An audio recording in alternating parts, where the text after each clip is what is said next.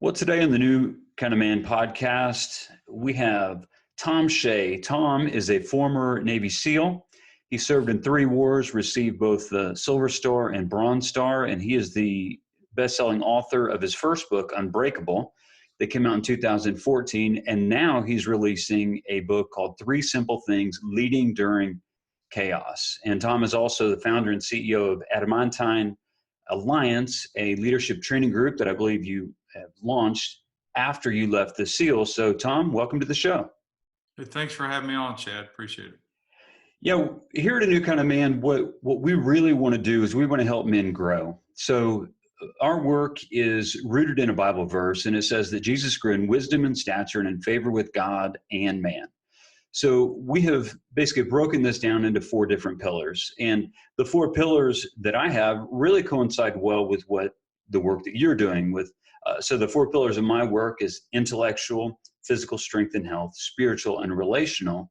In yours, you basically have those 4, and then you just added in wealth management. Well, who doesn't like more money, right? So I thought these things would be a great, just kind of a combination of your work and my work to help men grow. Yeah. Perfect. So it says in your bio that you served in 3 wars. Which 3 wars did you happen to serve in? I was in Kosovo when I was a young SEAL, and Bosnia, which wasn't declared a war, but it was actual fighting's fighting, whether you declare it so or it doesn't matter. Mm-hmm. And then Iraq and Afghanistan. Mm.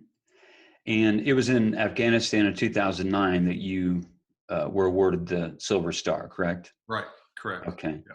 Was that also where you were awarded the Bronze Star with Valor?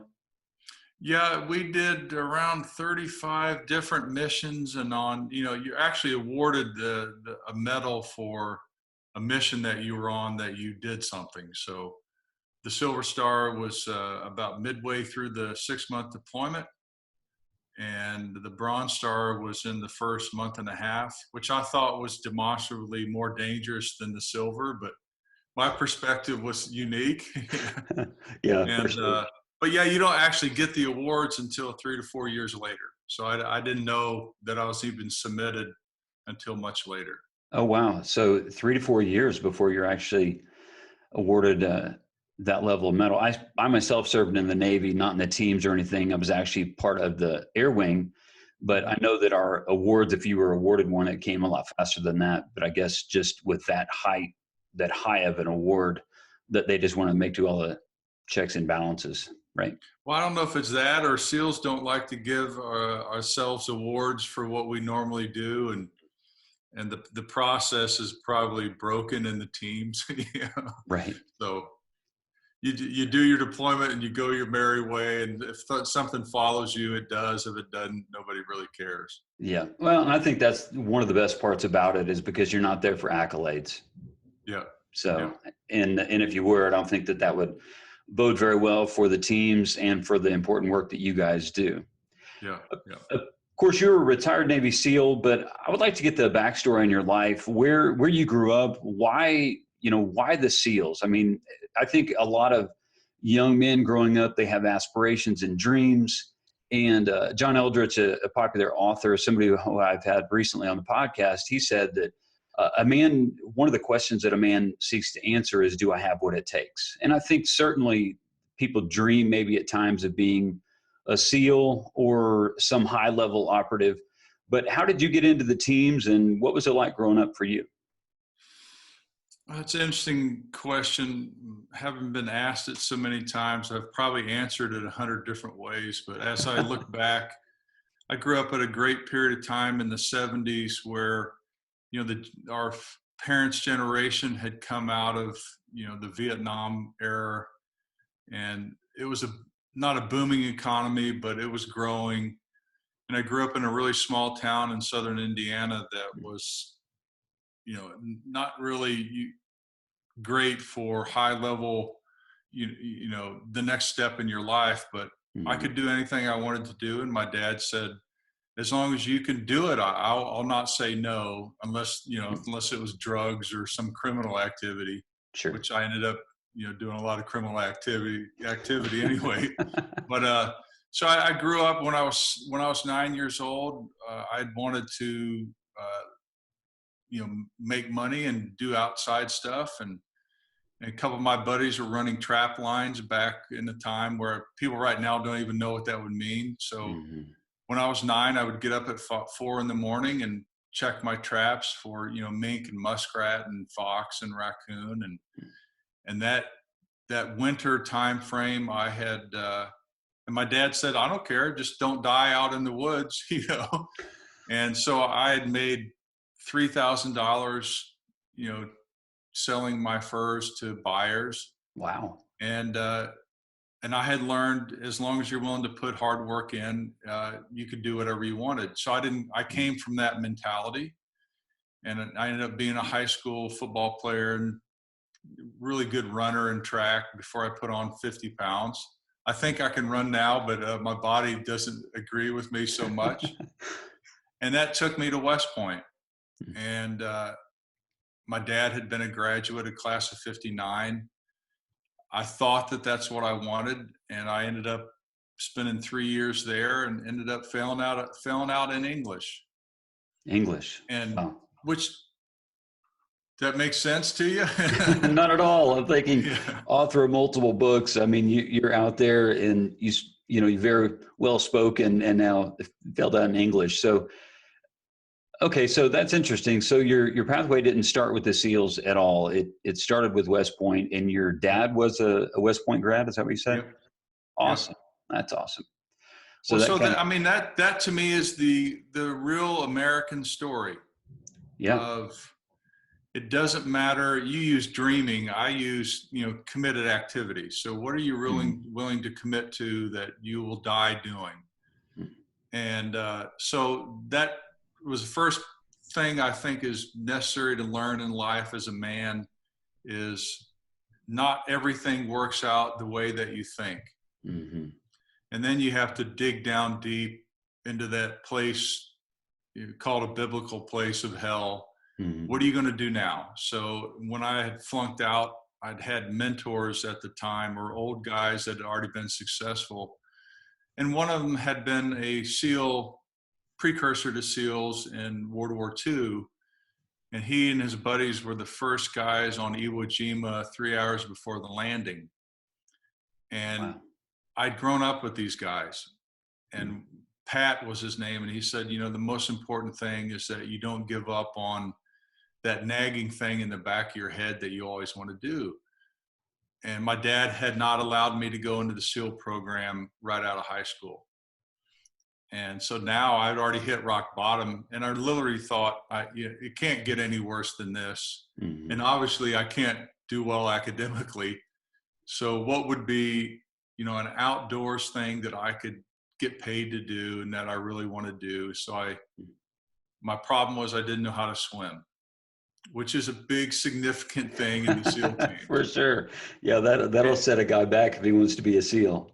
Yeah. And so I had learned at that point in time from Pat, commit without knowing how to solve the issues that were in front of you. So I committed to the SEAL program and couldn't pass the entrance test in swimming. And then then there's just work to do. If you're committed, there's just work ahead of you to do, which didn't make it easier. So I ended up trying to make it through 5 separate courses in the SEAL program and made it through my 5th one. And I had gotten injured 4 hell weeks in a row. Wow. So, all right. So let's back up for just a second. So you started out in West Point, failed out because of English. Like, to me, that I guess to me that it's kind of confusing, but what was so difficult about that time in your life that caused you to pivot to be a SEAL? Like, what about West Point that was so difficult? Because you're obviously a high level guy. Yeah, it took me probably 30 years, maybe 20 years to actually put words to that. And, I'd given up. And I was doing, normally well there academically, and I was on the football team. And, as growing up into the manhood that you think you need to go to, it was very isolating to me. And the struggle was new. I'd never really felt that level of struggle emotionally and socially. That was probably the deep darkness of it all. And, I look at it now, I had given up. And then the world agrees to you. Once you give up, all right, here's your F. Right. Yeah. Oh, and it's okay. And then they give you rationale for all your failures, right? Like the world whatever it is, if you choose a path of passivity, the world's right there to pat you on the back or pat you on the butt and say, oh, it's okay. Yep. Yeah. And that's what happened. And so, once I'd asked the world for something, it gave it to me. But I had asked it to, prove to me that I was not capable. And immediately the world gives you what you ask. That's the best way to say it. But I had given up. And then once I was at the bottom and I had great men in my life, they said, dude, this is the first fail. You're going to have 1,000. If you don't give up on yourself, then you'll eventually get to where you need to go. And I had really always wanted to be a SEAL. That is great advice. Yep. I mean, knowing that and just coming to terms ahead of times that you're going to fail and just decide that you're not going to stop. I mean, we're all going to have points of failure. We're going to feel like a failure with our kids at times or with our wives, with our girlfriends, in our business. We're going to have things that, just as you talk about in your new book, we're going to have to learn how to lead through chaos. Life is full of chaos. And some of it we bring upon ourselves and some of it we are just punched in the face with. And so I think your advice there is really good of just saying, I'm going to work through this. If you know that there's a direction that you're set out to go and you need to go, to just decide ahead of time to be a man of your word and to walk into it. Yep. Well, you also walked into it, you kind of glossed over this, but I know this about your story. You actually went through 5 different hell weeks. Right? 5. I didn't mean to gloss over it. I'm like 5 different hell weeks. It's like as if one is not bad enough. So what happened on each one of those? And let's just call it hell month because it's about a week, right? Yeah, I started out so SEAL training is called BUDS, the basic underwater demolition SEAL. It lasts 6 months long, and that's just step 1 of about 1 million steps that you have to do. So step 1 is what everybody knows about, 6 months long. The crucible of it is Hell Week. And it's either week 5 or week 6, depending on who's in charge. At that point in time, it was week 6 for me. And the first 5 weeks are ruthless in and of themselves, but then they condense your life into 5 days. We're going to give you every demonstrably bad experience that you could possibly have in 5 days. And we want to get somebody through that oddly can keep their word through very tough situations. And so class 195 was my first class. I end up in Hell Week, excuse me. And I got a concussion during what they call rock portage. It was a night landing on rocks, big waves, and the boat and my head and a rock decided to become one, and my head lost. And so I woke up in the hospital and they're like, all right, what do you want to do? Quit or start over?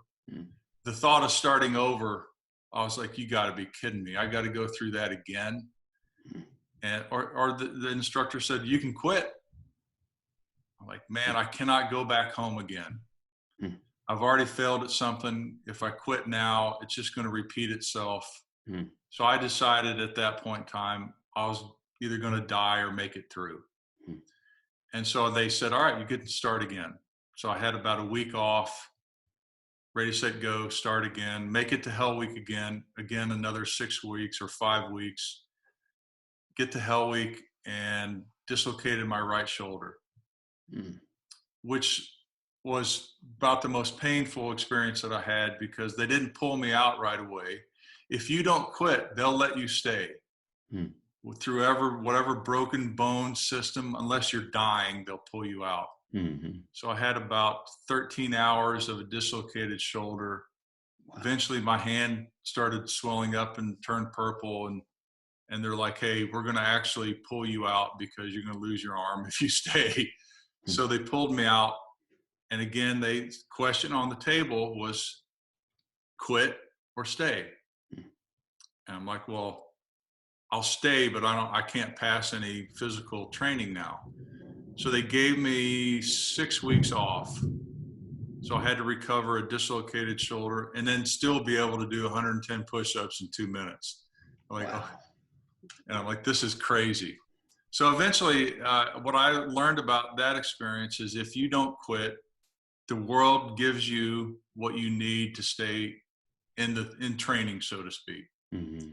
So I get to class 198 at that point in time and make it to Hell Week and get pneumonia and wake up in the hospital. And they said, we know you're not going to quit, but the problem is we're starting another class in 5 days. Mm-hmm. You show up or you don't.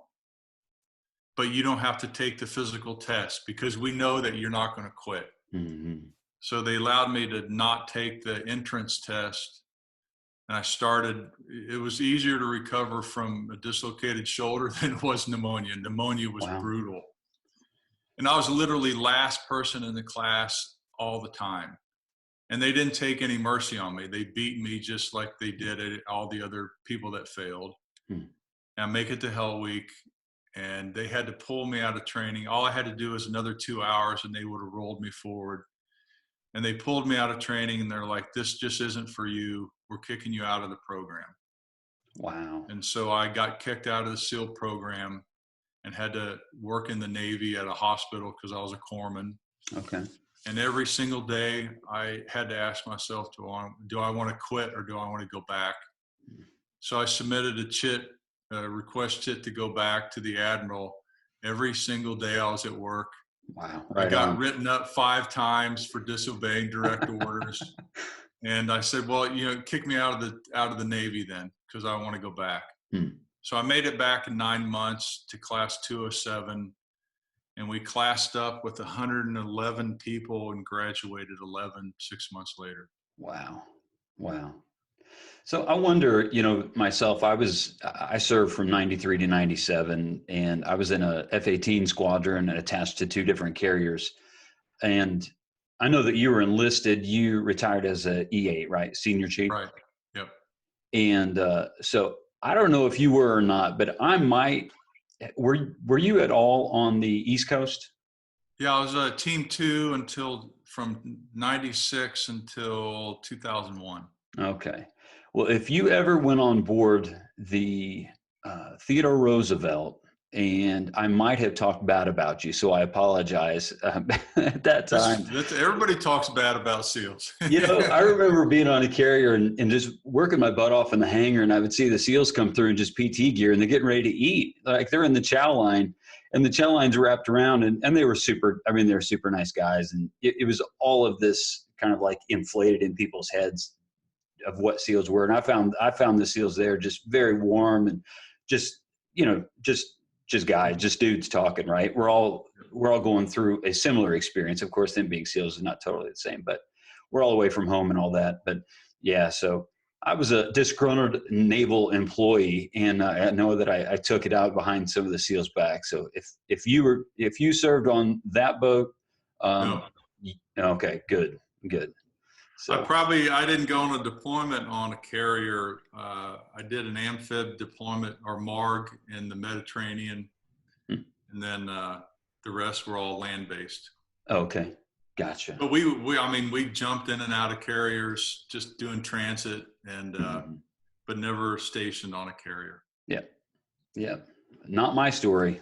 I served a lot of months on carriers, but it was all good. I also, just kind of drawn into your story, and there absolutely is the common thread of you not giving up.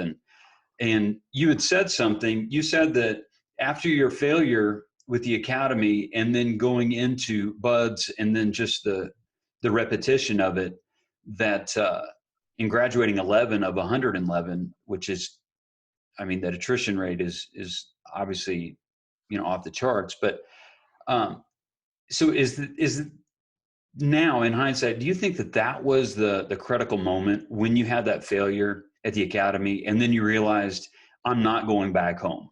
Like, no matter what happens now, do you realize that was the pivotal moment? The pivotal moment was not that I was not going to go back home. As an old man looking back now, the real pivotal moment was failure. Hmm. And that being the genesis of real great success for every human being on the planet. Yep. And nobody's taught that. Everybody is taught that, try it. If it doesn't work, try something else. The problem with that is you eventually run out of something else's because you keep showing up as this failure that can't figure it out. Hmm. And the real success story is it takes 1,000 attempts to do something. And it takes 10,000 to get good at it. And I had heard somebody say that, and I didn't learn how to apply it in life until failure. You don't learn how great you are. Hmm. And anybody's capable of that. There's nothing definitively better about me than anybody else, or about any SEAL or any great person, except that they've gotten up that last time when the person next to them literally decides not to get up. Mm. And stop waiting for the world to show you what you're good at, because it's only going to show you the shit that you don't do well. And Right. it's going to show you that all the time. Mm. And that really the genesis of all success is how many times you're going to get back up. Mm. Yeah, and I think that is really the determiner of somebody who's going to be a passive man and somebody who's going to be a powerful and great man. It's how well are you going to handle failure? I mean, failure, of course, now we're talking about as a SEAL, like there's life and death on the line when it comes to failure. And the reason why I'm assuming the reason why Buds is so stringent is because they're not prepping for what even the experience I had in the Navy.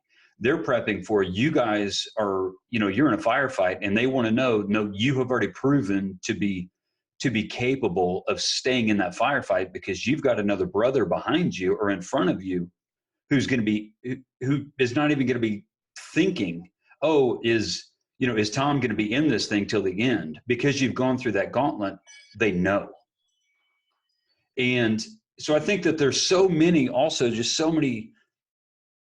challenges that we face in life that are going to be proving grounds to see what kind of man we're going to be.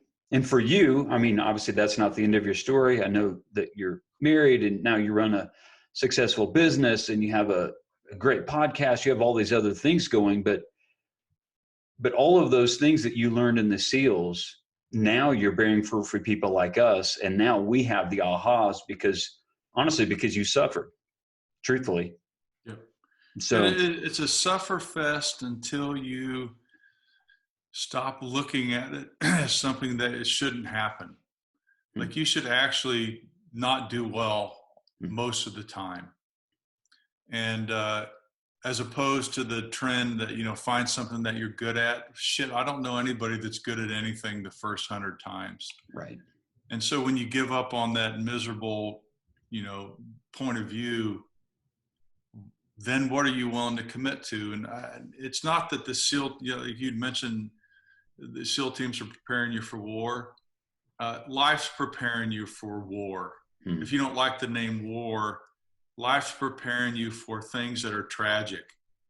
Yes. And there's bad stuff in relationships, and then we give up on it. Like right when you need to show up more in the category of relationship, we don't show up.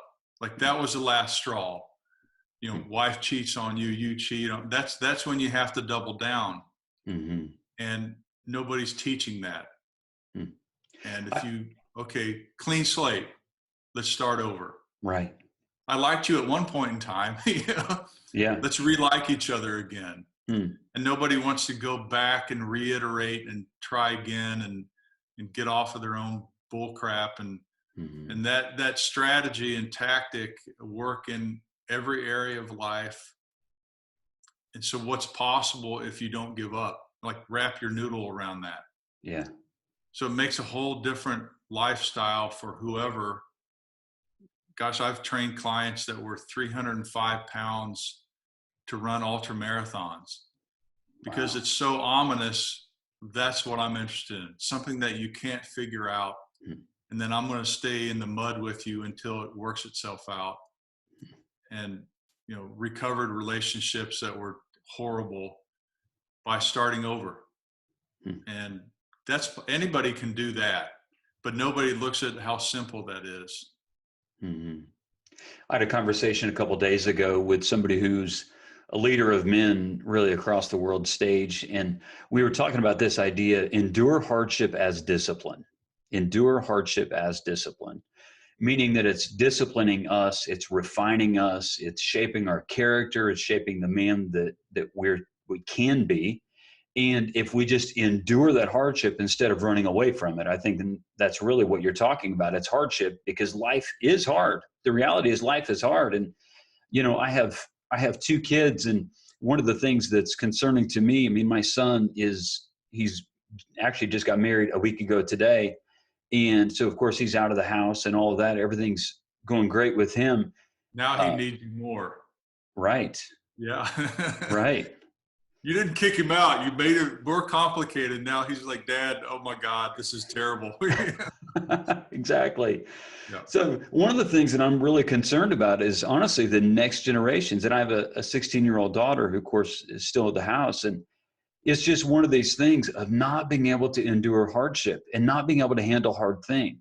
Not everybody's going to choose the pathway of the service, but everybody's going to have hardship in their life. Yeah. And it's either going to make us or it's going to break us. And the amazing thing, in my opinion, is this: even if it breaks us, it can still make us. Mm-hmm. That breaking point. Hopefully it breaks you. Yes. Hopefully you're laying there in a puddle of your own despair and you have to go, I can't take another step.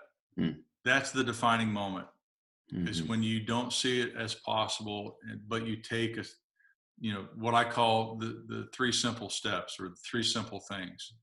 If you can make complex things simple, you'll win in life. But we keep making them complex, and the first way to make anything complex is to quit. Yes. And you've made it triply complex. Right. Right. And so just don't quit. Well, I'm going to get hurt. Well, you're going to get hurt anyway. Like in marriages, the suffering is that you didn't anticipate it going bad, or you didn't think you'd lose a kid, or you didn't think that would happen. Well, like, get your head out of the ground. All those things that you fear are going to happen. Right. Everything that you're afraid of happening will happen.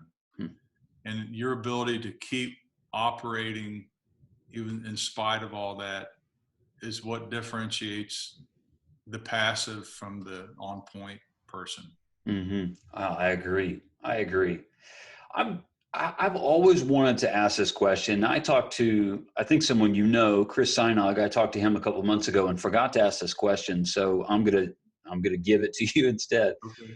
All right. So I think everybody, when they think of what a Navy SEAL is, they think of BUD/S, and then specifically Hell Week, and maybe because they've seen the TV show or the movie, little mini series that came out about that, following the team. And I've seen it many times, and it's incredible.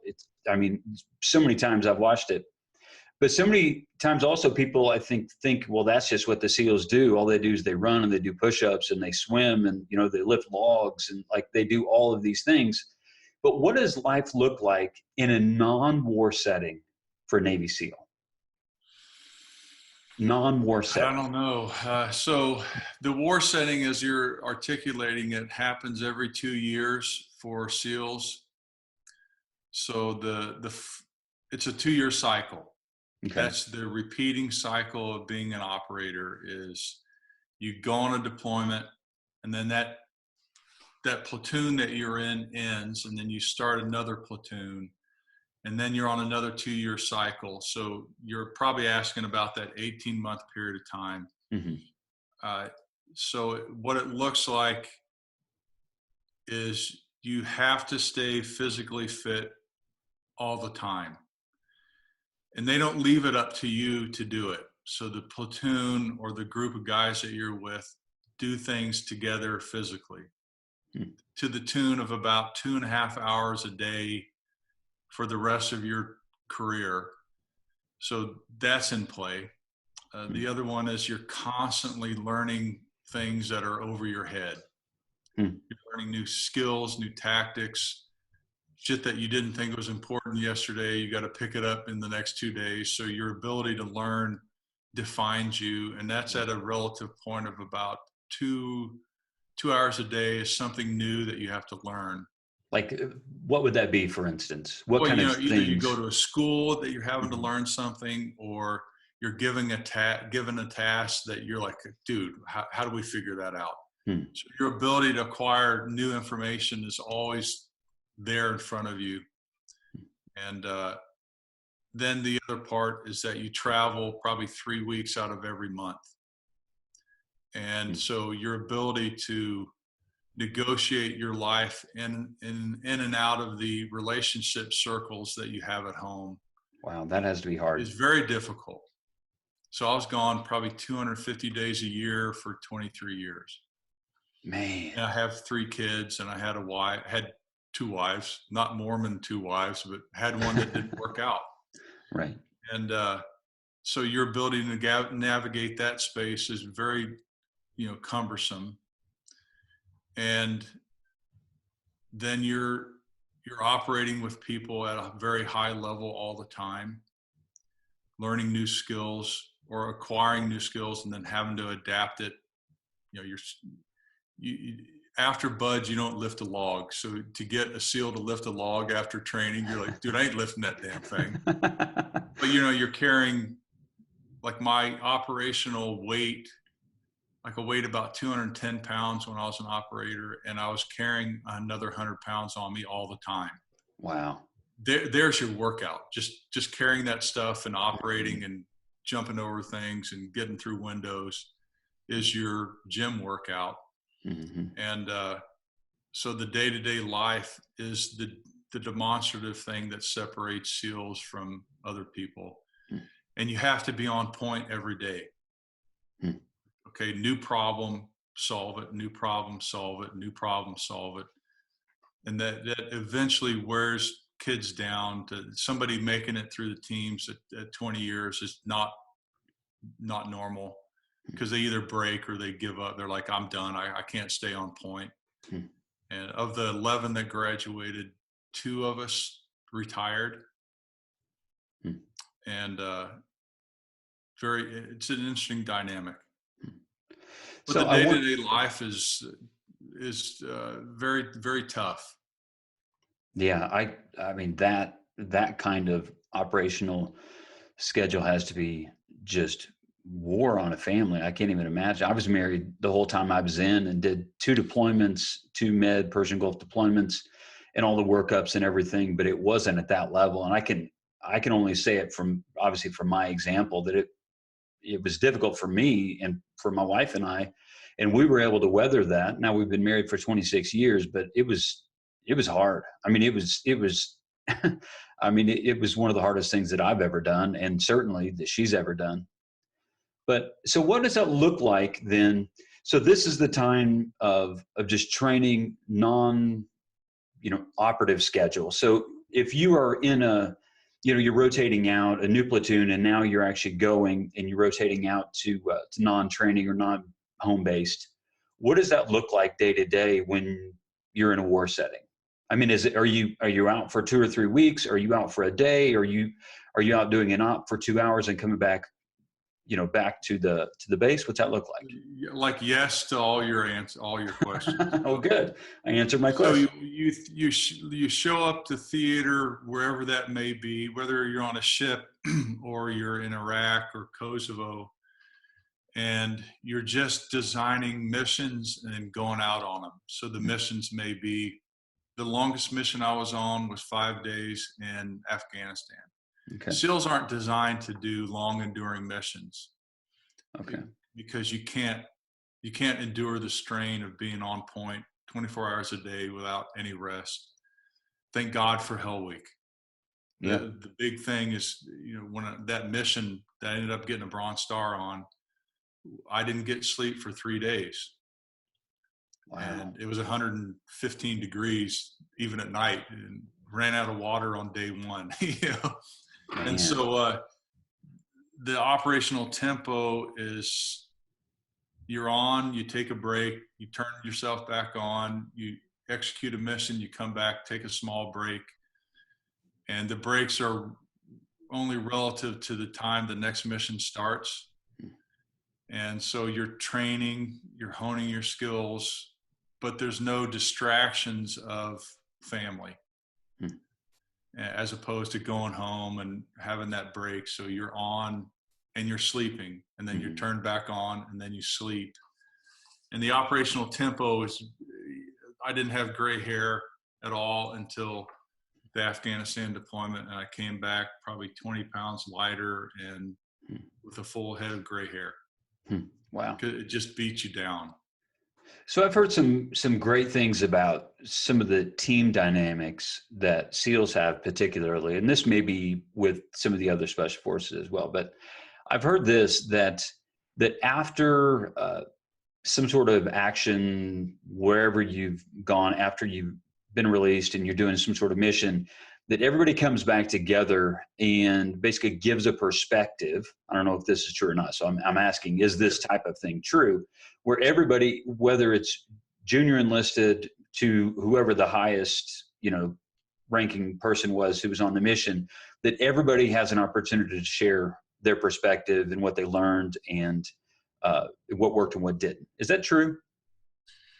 Yeah, I'll actually add some more spice to that. In the SEAL teams, there really is no rank. There's rank to get paid. Everybody gets a different amount of pay, and SEALs make a lot more money than their normal ranking E5 right. In the Navy. SEALs going to make a lot more money. But the team's dynamic is that everybody has a specialty that he owns, and he owns it to the point where when he says this is how it's done, then everybody goes, okay, that's how we're going to do it. And so prior to the mission, everybody is on equal footing. After the mission, you come back and reflect on what went right and what went wrong, and you can say it into a forum of everybody listens to you like you're a professional. So an E5 can say to a commander, I'll say it this way so you can hear how it's said. Sir, if you do that again, I'm going to knock you out. Don't ever do that again. Don't change things mid-flight. Don't come into my space. This is my space. And the commander has to listen to it committedly. And everybody knows that everybody screws up things. So nothing's hidden. Like, wow, I forgot to do this. Totally my fault. This is how I'm going to recover from it. This is how I'm going to adjust. And this went right. Wow, that was, usually you don't talk about anything that went right because they're like, okay, yeah, right, moving on. What happened that we can solve and make it better? And so that dynamic, I wish people in the business industry had it, where I get to come to the table and I get that you're the CEO and I get to say, this is good, this is bad, and you absorb it and adjust to it. And nowhere does in that dynamic does somebody say, you were wrong for doing that. Because, in combat, shit goes south. Right. You could die. And so nobody has this weird authoritarian mindset in the SEAL teams. So if you were going to help a entrepreneur and somebody, a business owner, entrepreneur who's starting up a business, and you were going to try and help them to achieve what you had in the teams, to where rank literally was just a matter of pay rate. It didn't really speak into even authority. Of course, you're not going to disrespect a commander, obviously, but in a demeaning way. But as far as refining the mission, but how would you, if you were to help a entrepreneur or somebody who's running a small business, how would you help them to have what you had in this, in the Gosh, teams? that's a big question. So, how do you have open dialogue Hmm. as an entrepreneur? Hmm. The clarity of the boss. So, if I'm starting a business, it's simple, but it's very complex at the same time. Hmm. Having a clear vision of what you see as the business and being able to articulate that Hmm. with real clarity. And that vision statement has to be 7 words or less. If your vision statement is more, you're not clear, therefore nobody else is going to be clear. Hmm. And then having the first benchmark of success put down on paper, meaning like a mission statement. And Okay. the military has it, but they don't realize how powerful it is. A mission statement that addresses what we're going to do, where we're going to do it, and when it's going to hit. Like, okay, we're going to sell 5,000 widgets by December. Hmm. Oh, I can sink my teeth into that. And then the ability to adjust to solve it. Hmm. Entrepreneurs normally are either the engineer or a coding mindset where I've Hmm. developed the technology. That person that developed it from that constrained system won't make money on it until somebody who knows how to make money comes into play. Right. And usually those aren't the visionaries, they're the engineers. They build it. What the hell do I do with it? Hmm. So that becomes a weird dynamic, and that's what makes your question complex. But as a business owner, the more clearer your vision is, and the more you can pin down how to measure it, and the ability to adjust off the X very quickly is the first thing that you have to have as a startup. So if in the teams, before you guys would go out on a mission, everybody would go into the same room and everybody would hear exactly what the mission is, correct? No, They would not? Okay. So no. that's misinformation. So Yeah. square me away if you would. I may be the only one, or my lieutenant may be the only one that gets the full brunt of the mission. Hmm. So what, in a team dynamic where everybody's an expert, you actually can't tell them what to do. All you can do is put the meat, like the meat and bones of the mission on the table, and literally say, solve it. Hmm. As opposed to my rendition of the normal military is, here's our situation, here's our mission, and then carry it out. And then guys are like, dude, it's screwed up. I wouldn't do it that way. So in the teams, I knew how to solve it from my point of view, but I'm not the one in the firefight. So, all right, here's what we're looking at. You guys come back with a solution. And they may be getting it piecemeal. I maybe only talk to 3 guys at one time because 6 other guys are out doing something else, and I have to give them a piecemeal rendition of what the mission is, and then say, give them a time frame of, or in 10 hours we all come back together with the first rendition, and then play it out on the table, how it's going to look, put your parts in it, and see if we can fit the puzzle together. In business, they don't do that, which is another reason why most businesses fail, is because they don't have experts. Right. Yeah. I And was then, thinking that too. As soon as you said that, I'm like, okay, there's a problem. yeah, Experts. Sometimes maybe you have one person who thinks he's the expert, and that's probably the one who's the entrepreneur or the business owner. I mean, that's, or the manager or whatever, CEO. And so, yeah, we need experts. Help us with the rest. Like that's a big one. yeah, yeah. Getting a visionary, getting people around them that are better than they are, is the, maybe that's the answer to the question, is if you're really going to be successful in business, but life, is you got to surround yourself with people that are really better than you. Mm-hmm.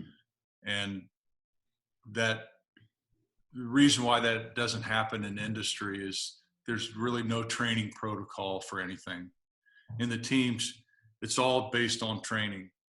So you train up to a skill set, you demonstrate it to yourself and to the team, and then they acknowledge you as an expert in that field, and then you own that for a period of time. In industry, that's what we've been doing as a business, is going around and teaching people how to teach their people to be experts. And it's so demonstrably successful. Like, I'm going to teach you, your onboarding process should be rigorous as opposed to not rigorous. And we've installed it several times into several different companies and trained people to be wildly successful. Oddly, they'll stick around. They won't leave. The reason why people leave is because they're not succeeding and they don't know what they're doing, so they go somewhere else. Yeah, I think that's a great perspective too. It's, you talked about having a arduous or very strenuous onboarding process because you want to get the right person. Yep. It's about character, competency. It's okay. Are they going to be locked into the business, and are they going to help the overall business to go through? And at no point did you say, well, we need a warm body who can lead this. We need someone who is an expert or who is going to work at being an expert in this way. I think that's a really interesting and valuable thing for all the guys listening too, because there's several people who have businesses who listen to this podcast, and I know that would be helpful too. Do you think that this is something that could be done at a small business level? Or do you think this is we do it mostly on small business levels? Okay. And it works on a big business level. We just did a big project with a big insurance company. Took about 1.5 years to solve. And it solved the leadership problem and the recruiting and onboarding and training issue. And we were asked to teach the sales cycle, and it 3x the business in 18 months. Wow. Remarkable results. So I'm going to interplay this idea. We're going to transition just a little bit. I want to ask you what your morning routine is, but I also want to ask you what your morning routine would have been when you were in a war theater situation. So what is your morning routine now? It's the same. Okay. So I call it non-negotiable, unless you're operational. So the normal routine is this. The first 10 minutes of my day, I call spiritual, where I have a process that I go through. And then I don't always drink coffee, but most of the time I do. Then the next time I'm on point is within 30 minutes of that 10 minutes in the morning, where I work out for about an hour. Okay. And I'll go back. So I call it the 3 simple things. So I do 3 simple things spiritually in the morning, and it takes 10 minutes. I do one of the 3 simple things in the morning physically, which is my main workout. It has to be an hour. And then later in the day, I stretch. Throughout the day, I drink 10 glasses of water. 3 simple things. With those 3 simple things, you can be an ultra marathon runner. It's that simple. But if you actually do it every day for the rest of your life, you'll be a really, really healthy athlete. And then the next 3 simple things is a relationship. So whether I'm traveling or whether I'm here, it's simple. It's in the book as well, but I'll try to make sense of it. I listen to my wife for 10 minutes, or my kids, whoever's in front of me. Then I speak, and then I have a level of intimacy. It's not always the sex side. It's real intimacy, touch, hug, be that flavor of intimacy with the relationships that count. And you have to spend 3 hours a day pursuing wealth. It's not always pursuing money. So wealth to me is the definition is being compensated some way for something I value. So the 3 simple things are an hour a day finding new clients, an hour a day dealing with existing clients, then an hour a day thinking strategically, like what the hell am I going to do with what I'm doing right now in the next 3 years, and what's it going to look like in 3 years? Mm-hmm. And then the other three things are try to learn one new thing a day. It takes about 10 minutes. Mm-hmm. Try to get better at something that you're already doing. So I've already learned Spanish. I'm going to look at how to say something better. Hmm. And then thinking, the third is the strategic thinking, is let yourself dream for 10 minutes. Hmm. Let yourself be unencumbered with the bullshit of life, and Mm-hmm. let yourself think. So that ends up being a 6-hour day. Hmm. In the morning and at night, you had to interplay those three simple things, and it ends up being 6 hours. Wow. And That's awesome. I sometimes fail at it, but I try to make it non-negotiable. Is that also something that your wife kind of prescribes to as well? That same type of model, or is this just something that you have taken on? Yeah, so she does it. My three kids do their own thing. So their pursuit of wealth is actually school, Yeah. which is the biggest part of their day. They try to learn one new thing. They Mm-hmm. try to, so that be what they're looking at. Even my 13-year-old boy does it, and all the clients that I train through the process ends up being a 6-hour non-negotiable day, which is great for the CEO because his day or her day is a 3-hour day. Right. You take them from a 12-hour day to a 3-hour day, and the business is booming at a 3-hour day. At a 12-hour day, it struggles. Yeah, I love this too, because I'm the type of person who I kind of just put my head down and I can just mow through whatever's in front of me, and, whether I'm making progress or not, but just to think that I'm checking things off the list, getting things done, I'm being productive, I'm winning the day. And what I can do is I can kind of mow right past any bit of creativity to do something better. I can mow right past the relationships that mean so much to me. I can just mow right past any sense of wonder or fun even around me, just because I put my head down. And what you're advocating is a way to have all of that with the 6-hour workday, and then to be able to have, no, here's a space and time for you to be able to connect at an intimate level with people that you value in your life, and then also to kind of pause for that a certain amount of time to dream. Yep.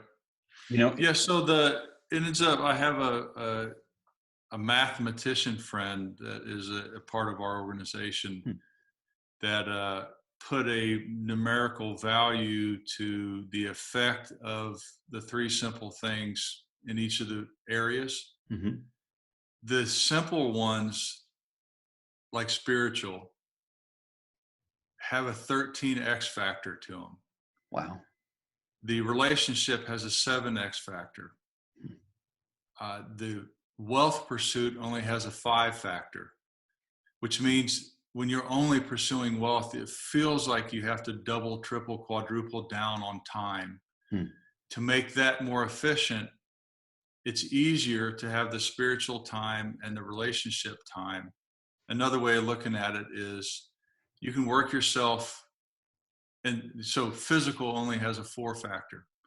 So if your relationships are on point, just by listening, speaking, and intimacy as a metric of a great relationship, if you just do that for 30 minutes a day, you're 7 times more capable.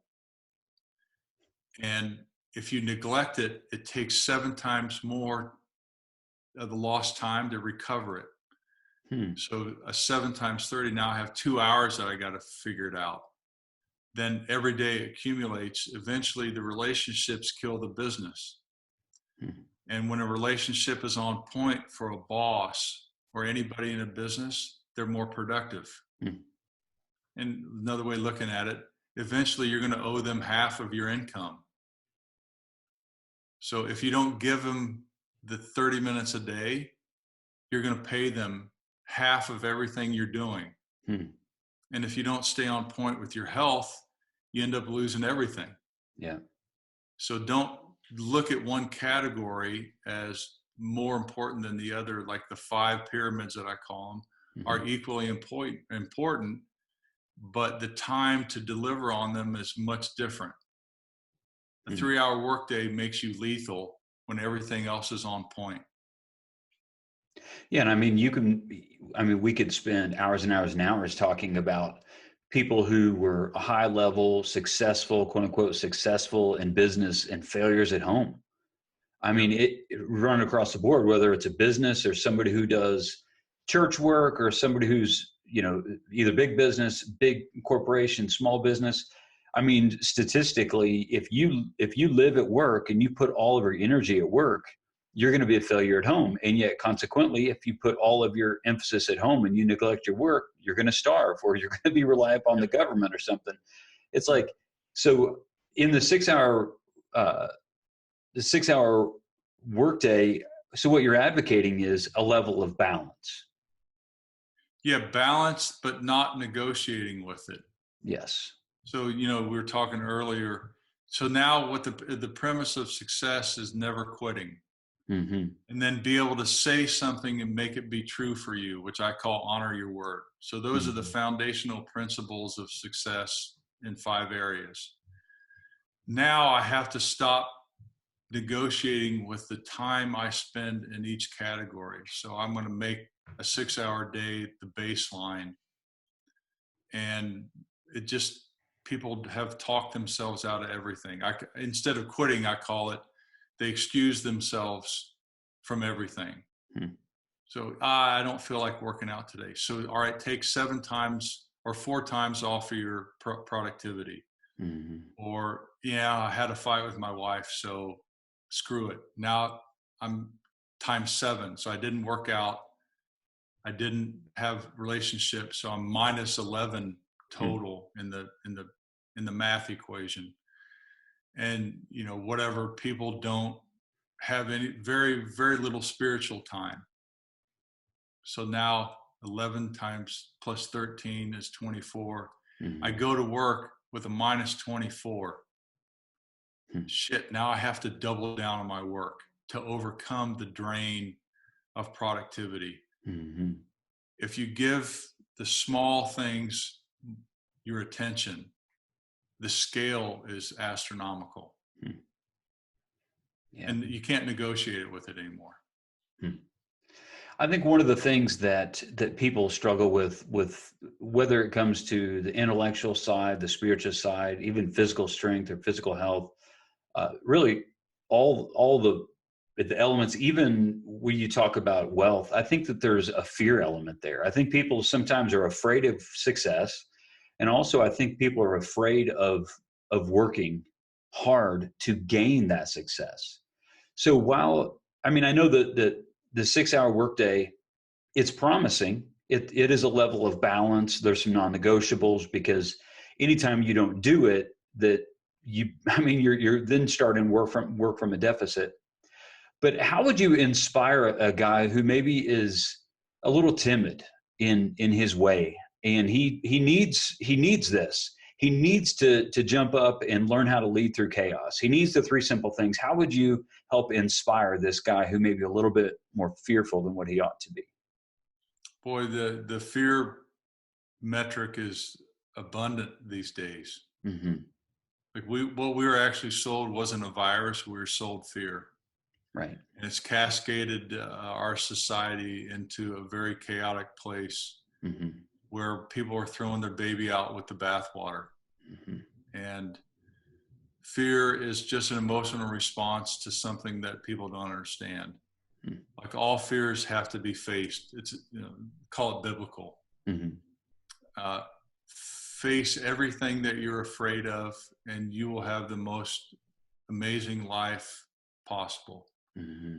So that's one aspect of it. So here's this guy is struggling, trying to restart or trying to start something. I would have to answer it with, you cannot do it alone. That's the key. So either can't do anything alone. If you're trying, whatever you're trying, if you're trying it alone, tell me what you're trying, and I'm going to invest against it in Vegas, because I can guarantee you'll fail. Yeah. Because you're going to fail anyway. Mm-hmm.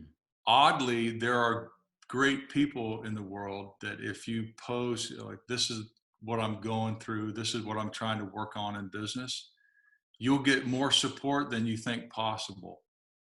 Like, there are people that are looking, not monetarily, like mentors are looking to help somebody, men grow, women grow, relationships, businesses, athletics. Like, an athlete can't do anything without a coach. It's impossible. Mm-hmm. And people are, the biggest fear that people have is how powerful they are. Mm-hmm. People are afraid of their own power. Mm-hmm. Like, that's the biggest biblical fear, is that you're powerful beyond measure. Mm-hmm. And so face that. Mm-hmm. Stand, look in the mirror, and face the person in the mirror, that the person in the mirror is the most powerful human being on the planet. And that's huge. If you can overcome that stupidity, mm-hmm. what would that person do if he wasn't afraid or she wasn't afraid? Mm-hmm. That's the person that you need to be. Mm-hmm. And then ask for help. Yeah. Well, and okay, so I spoke over you there, and I apologize, but you said, and ask for help. And ask for help. Yeah. Because I think that is a incredible stumbling block too. And really, I'm so glad that you said that, Thom, because I think some people put this image of, Navy SEAL, wildly successful, Silver Star recipient, Bronze Star recipient, like all of these accolades, well-deserved, but yet you're saying this, and people would look at you and say, well, Thom doesn't need anyone. Look at Thom. Look what he's done. I mean, business, podcast, all that. I mean, I realize that's foolish, but that's where our mind goes. So I'm thankful that you said that to all the men who are listening. No, and ask for help.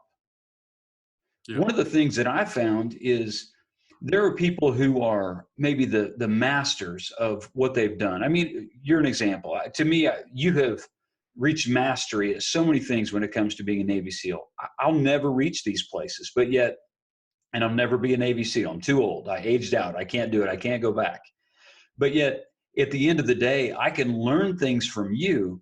And what's really cool is I found that there's no reason to be intimidated by talking to somebody who's the master of their craft. These people, you're not competing against them. And they realize it. So I've found that most people are just really helpful, and they're just wanting to do the right thing. And they don't fear that you're trying to take what they have, because they've already reached mastery. So it really adds credence into what you're saying too. I've found people to be very, very kind and generous and willing to really go the extra mile, especially if they know that you're just trying to improve and you're not trying to take what they have. Yeah, I was listening to you say that under the yoke of asking for help. Mm-hmm. So go back to our original story. I'd failed out of West Point in English, and then my wife says, "I want you to write a manuscript," because she'd asked me on my 2009 deployment to share with her everything that I was going through, because I wasn't going to come home. It was one of those deployments you're like, dude, honey, I don't know. I can't control this. We're going into combat because it's a bad situation. They're sending SEALs back in. And so I had, been tasked to write a series of notes to my kids in case I didn't come home, which ends up being the book Unbreakable. Mm-hmm. And her tasking me to write, I was like, honey, I can't write. And she said, I don't care. I've asked you to write. That was the help that I needed. And I didn't ask for it. It kind of asked itself. And I still struggle with writing. It's the most horrific experience in the world. But people are there to help. But help doesn't always look like, hey, honey, help me, or hey, Chad, can you help me with this? Mm-hmm. It usually comes from the other direction, where people say, this is what you need to do. Yeah. No. but they see something that you don't see. And that's what real help looks like, as opposed to standing on the corner with a sign, help me. That's a different ask. Help usually comes from the outside, but you have to be able to be available to it. So the writing to me is not an individual event. It's a very team-centered event. And building a business, I didn't build it. I had people that were much better than me build. And I am just a small part of the cog. You could look at it from the outside, how you said it, look at what he's accomplished. I'm like, shit, dude, I only did 1 inch of the whole yardstick. Somebody else did the other part. Yeah. And relationship is the key to that. In a relationship, you actually need them and they need you. And that ask is inherent. And that's the value of the ask. Yeah. That's powerful. So let me just ask you this question, just kind of like shooting from the hip. What does it mean to be a man? That you are the person that you say you are. Like when you say something, it's true for you. That you are inherently gifted with the ability to support other people. Because both of those are very difficult. Yeah. And that one of your key designs is to, it may be conflicting for me to say this to your audience, you're supposed to be in a marriage as a man. You're supposed to be one part of a marriage. And you're supposed to be able to adjust those 4 things. Be who you are, be strong, be in a marriage, and then adjust quickly. I could talk about that for 100 days. I agree that I think that marriage it's something that is profoundly effective and powerful in shaping a man. And I can honestly say, and my wife won't hear this podcast, she doesn't really listen to them, but because this is for men, but I can honestly say of the people on planet Earth, she has shaped me more than anyone else. And shouldn't she have? I mean, 26 years, we've been in a relationship for 28. Like that should be the way. And there's also a Bible verse that says that it's not good that man would be alone. And of course, it's talking about Adam and Eve. So I thought about that too when you were talking. I'm like, it's not good that man is alone. It's not good that man is alone, even a man doesn't have any friends. That's not good that the man's alone. It's not good that a man is alone and he doesn't have a wife. It's, if you find an idle and passive man, you have found the most dangerous type of man you can find. Yep. And the isolation causes the demons. Yes. And not that you asked that, but the quickest way to get somebody to quit is to isolate them from what they're doing. And that was how, when I was an instructor, I would get students to quit. I'd pull them out of the problem and they would quit within 10 minutes. It's easier to be with people solving something difficult than to be outside, isolated from it. And that's how, you actually torture somebody, is to isolate them. And a man in isolation is very dangerous. Very true. Yeah. And that's, so I think that my audience, I don't think that they would be offended. I think that's an alignment of what they hear from me. There's something special about a marriage, and it is, in essence, I think a proving ground for a man too, in a lot of ways. And one of the purposes of a man is to be a husband and to sacrifice for his wife and to look for her and to do what needs to be done. And that she is supposed to reciprocate that in a special way as well. And when she reciprocates, it's not hey, I'm the man, so I'm in charge, or as a friend of mine used to say, I'm the man, I eat the biggest piece of chicken. So instead it's saying, no, I'm the man. Sure. I'm leadership over my home, but I need the strength and wisdom that my wife has on offer to keep me out of the ditches. Right. Because if we want to go down the middle of the road, we need to stay out of the ditches. And I don't know about you, Tom, but if I'm left by myself, I'm going to find the ditch pretty quick if I don't have people in my life. Yeah, right turn. Absolutely. Yeah, so it's interesting. I share not as often as I used to, but the book Unbreakable, the original title was Spartan Woman. Hmm. And my big conveying point to my kids, because I just wrote it for my kids. I didn't have any intent that anybody would ever read it in the world.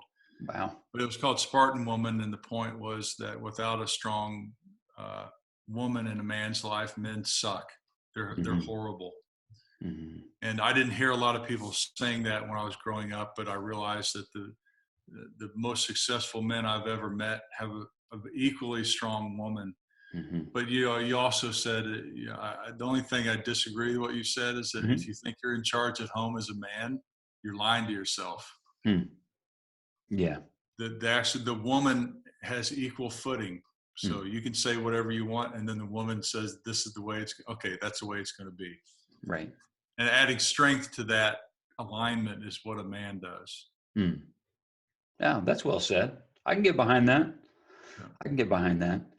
Yeah, I think that that's a valuable piece. And I think that it's good for, for men to honor the ladies in their life, whether it's their mother, whether it's their daughter, whether it's their sisters, whether it's their wives. I think that grandmothers, I think that there should be a level of honor that is given. And I think it's amazing how, you were going to title that book Spartan Woman, right? Isn't that? Yeah. Yeah. I think that's powerful. And just to honor her, I can tell you, we didn't endure everything that you did with all of your years of service and the deployment rate. But for us, I mean, I can give credence to what you're saying, because at the end of the day, I tell this story. I was talking to somebody a couple months ago, and I remember I had a aha moment. I was in Italy, and I believe I was in Naples, and I was getting ready to get onto the train to go to Rome. And I remember I was just so jacked up. I was waiting for the train. And, of course, this is before cell phones and all that. I didn't have a sat phone or anything like that. So I'm standing on the side of the road, busy road. I mean, cars are just whipping by, and I'm standing on this payphone. And I'm talking to my wife. And she's, of course, in the United States. And I'm getting ready to go to Rome. And I'm just talking about everything that's happened and all this and this. And I'm excited. And she said something to the effect of, like, I said, after just saying everything I wanted to say, I said, how's your day today? And she's like, yeah, I need to go change your son's diaper. I mean, she just literally just totally burst my bubble. But what it was for me is an aha moment. I'm like, I'm not having this experience with you. And I need to respect the fact that you're maintaining the home that we've built while I'm not there. And it takes one heck of a woman to do that. So, yeah, if you think that's an easy job, go do it. yeah, for sure. Men who think they're really tough, a lot of them are having to face it now because there's no jobs. Now you're at home doing what you thought was easy. The job of being a mother is crippling. No matter how tough you are as a man, you go try to do that for a month, because you have to give yourself wholly to somebody else that's not reciprocating it. Right. Like the kids, especially a young kid that needs diapers, they don't reciprocate it. And they're trying to experience themselves, and they're pushing back. And it's the hardest leadership in the world is being a mother. Yeah. And it's that dynamic, the relational interplay. And I think there's just some spiritual work there too, but with a husband and a wife, and we all have a will of our own. You can't make anyone do anything. I mean, you can't make anyone do anything in a way that obviously is going to honor them. So it's like my wife, she's a strong woman. I may say, well, this is the way that it's going to be. And I can be, all egotistical and all that. But at the end of the day, it ain't going to stand for very long. She has a will of her own. I can't force her to do anything, nor would I want to, obviously. But, it just kind of, I think, adds credence into what we're saying. Yeah, no, yeah, you can't, that's true. We learned that in the SEAL teams. You can't make anybody do anything. they have to make themselves do it. And once they get the buy-in, it's their choice. They'll do it 10 times better than it would have been done had you forced it. So there's no orders in the SEAL teams. People come to the table, they commit, and they own their section of it. If everybody has the opportunity to learn that, you become a very valuable, member of any team. Yep. And really good leaders never force anything. Yep. And takes a really strong team to run a home. Yep. Absolutely. So, well, this has been great, Thom. I thank you so much for your time, and I can't wait to dig into the book myself. And what did you say, when did you say is going to be the release date? So the new release date of 3 Simple Things Leading During Chaos is Memorial Day this year. Awesome. Awesome. And it just now today became available on Kindle. Like everything I wanted to quit, it's not in, it's 2 weeks late. So every day is the same, but so it's available on Kindle and through Amazon, through Barnes and Noble. It's up and ready to purchase, and we're excited about it because I'm giving all my training away. Everything that I've learned and how to train leaders to lead is in the book, and with the notion that it's better on the street than it is in my head.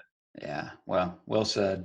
And I think that's great too. And I'm sure there's a lot more there, and you're probably, shorting yourself a little bit on your expertise and in what your experience has brought you, for sure.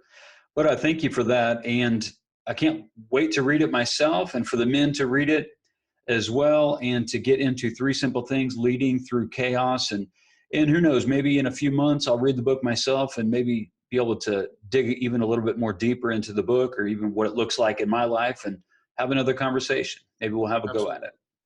Absolutely. Thanks, Chad. Yeah, it's been my pleasure, and thanks a lot for coming on, Thom. Absolutely. Anytime.